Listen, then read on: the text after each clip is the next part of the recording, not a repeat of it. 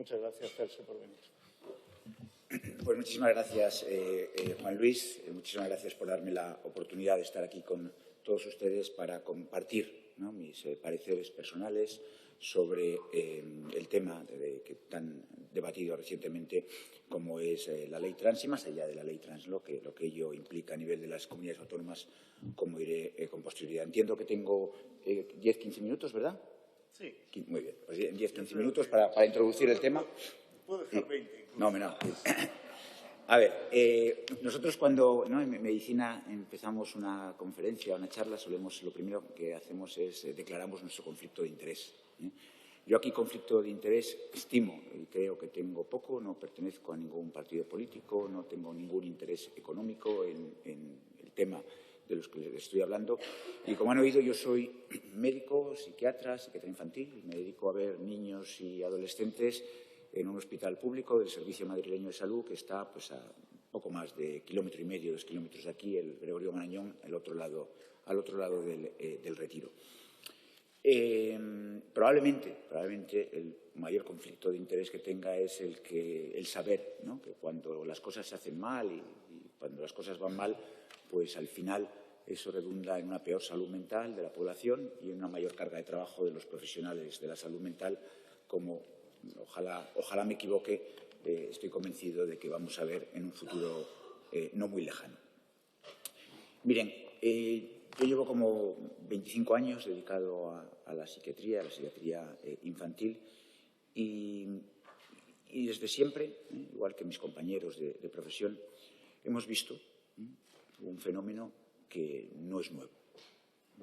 Algo que llamábamos y llamaba la Organización Mundial de la Salud, la disforia de género, y que durante toda la vida hemos visto niños y niñas que sentían que su sexo, la identidad de su género no coincidía con su sexo biológico, y que se percibían a ellos o a ellas mismas como distintos con lo que habían venido biológicamente, XX cromosomas que se sentían como niños o XY que se sentían como niñas.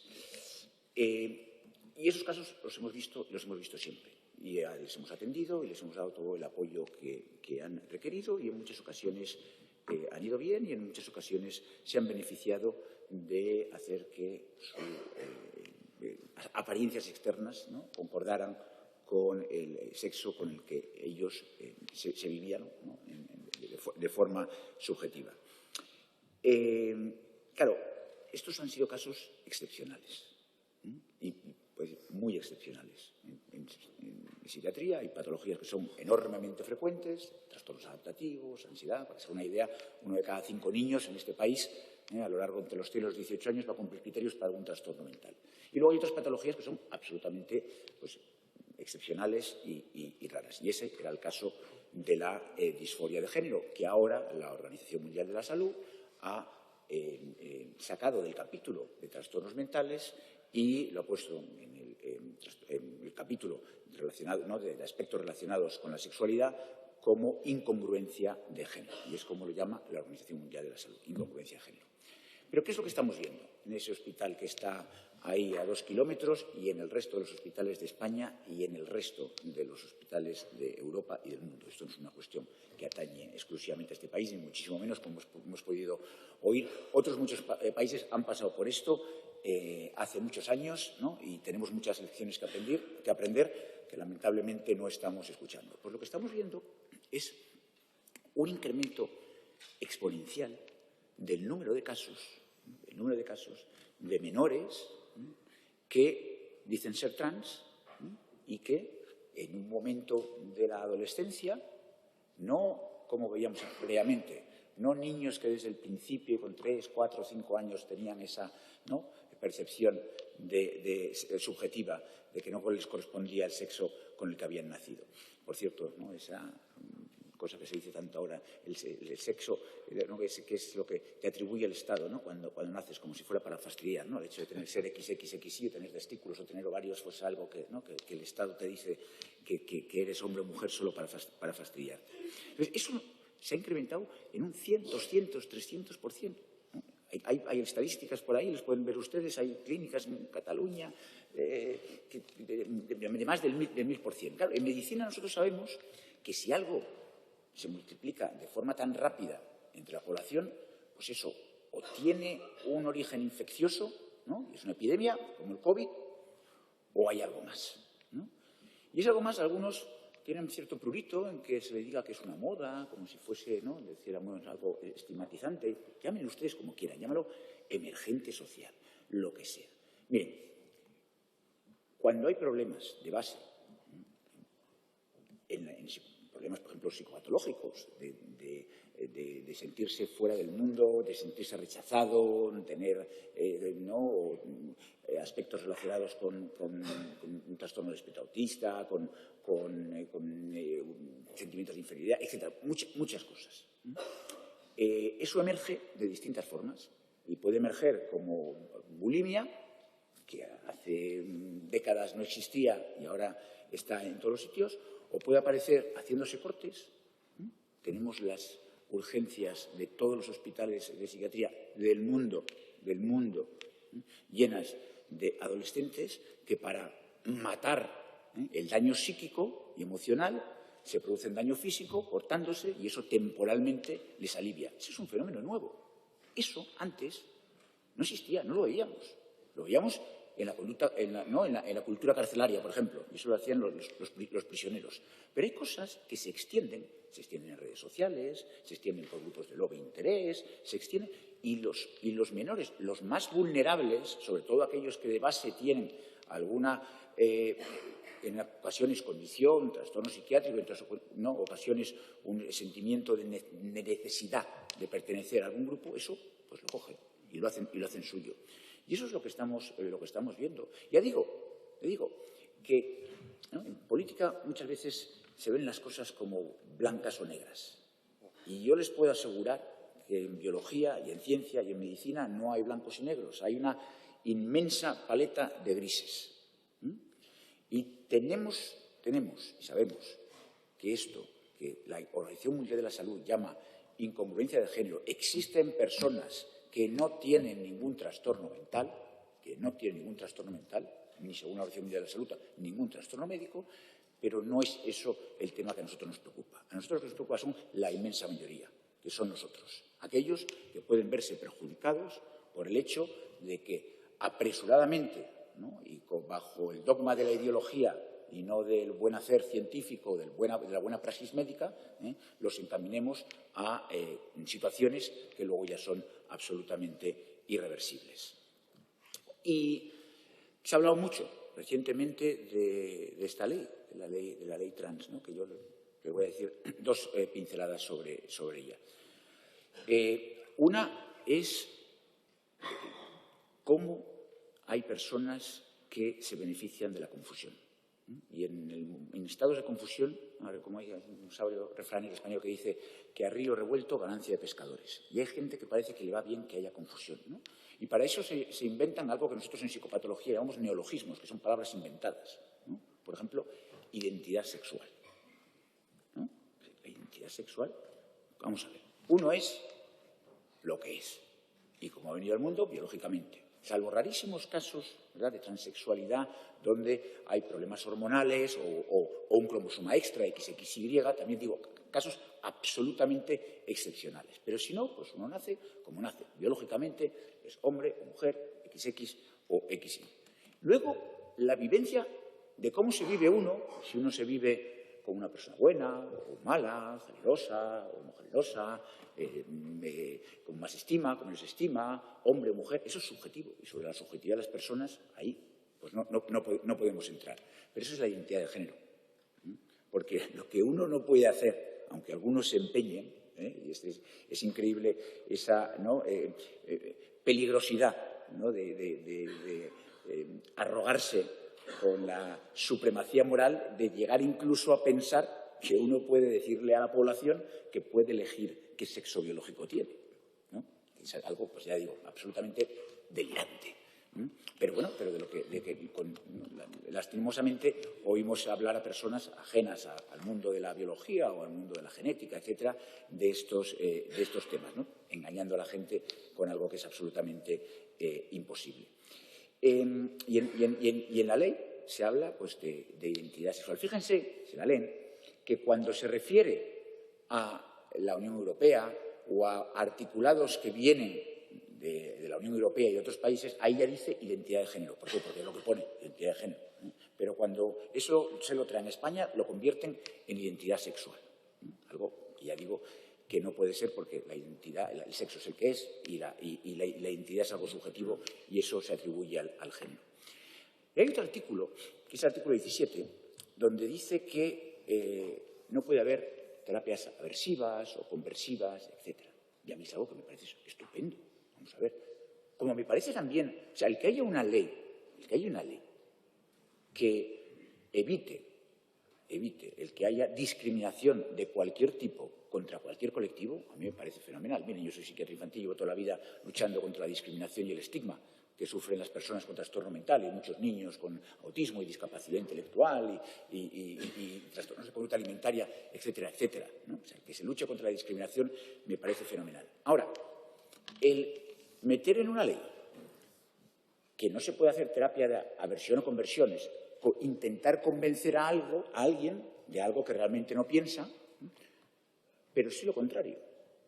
Y es en el momento en que alguien diga, o un menor diga, que es trans, ya solo hay una dirección, y es esa. Y mire, nosotros en medicina, desde la humildad y desde que la medicina no es ninguna ciencia exacta y la psiquiatría muchísimo menos, lo que tenemos que hacer es escuchar y ver si hay alternativas a aquello que se está planteando. Y ver si hay, lo que se nos está diciendo es por lo que puede parecer obvio a simple vista, o hay detrás otras muchas cosas. Y el buen médico es, igual que el buen científico, igual que el que no se lanza a hacer diagnósticos de visu, el que intenta rechazar la hipótesis nula, como nos decía Karl Popper, e intenta ver si hay otros epifenómenos, alternativas a aquello que estamos viendo. Y el que, adolescente, que nunca lo había pensado y con 16 años ingresa en una unidad de psiquiatría, y estoy hablando de casos reales, ingresa en una unidad de psiquiatría y nos dice que es trans, igual si preguntamos un poquito, nos dirá que es que lo dice porque se lo ha dicho su compañero de cama y dice que igual eso le soluciona los problemas. Entonces, que se nos prohíba a los profesionales de la salud mental y a los profesionales sanitarios explorar, preguntar, buscar aquello con la persona que tenemos delante que menos daño le pueda hacer, que se nos impida practicar aquello que todos hemos jurado con el juramento hipocrático del primum non nocere, lo primero no hacer daño, ¿no? Y eso se pueda llegar a legislar, creo que va contra todo sentido común, ¿no? que pueda haber, y es algo que ya digo que me preocupa absolutamente, porque la espera, miren, yo tengo pacientes, mis compañeros de aquí de la psiquiatría, tengo pacientes que me han dicho, ¿no? un día, niños de 10, 11 años, que la vida no vale la pena vivirla, que no tiene sentido, que tal. ¿Y qué hacemos con ese niño? ¿Le damos un fármaco, un antidepresivo el primer día que no lo dice? Ni mucho menos. Lo citamos a los 2 días. Y puede ser que eso sea un cuadro depresivo, que se mejore el tratamiento farmacológico, psicoterapéutico, o puede ser que ese día le hubiera pasado cualquier cosa, estaba muy enfadado, nos dice eso y a los 2 días está contentísimo y se ha olvidado absolutamente de lo que tenía. La espera y el hablar, el indagar, el preguntarse, es algo muy humilde y da la impresión de que a algunos les falta un poquito de humildad o del conocimiento de lo que es la buena praxis médica. Y eso está en el articulado, ¿no? de esta ley, en el artículo 17. Luego, esa patina, ¿no? de estigma. O sea, estigma contra la salud mental, estigma contra la psiquiatría. Miren, cualquiera de ustedes, una persona de esta sala, con 60 años, que necesite un trasplante hepático, un trasplante cardíaco, en la sanidad pública no se le va a hacer si no se le hace antes una evaluación psicológica.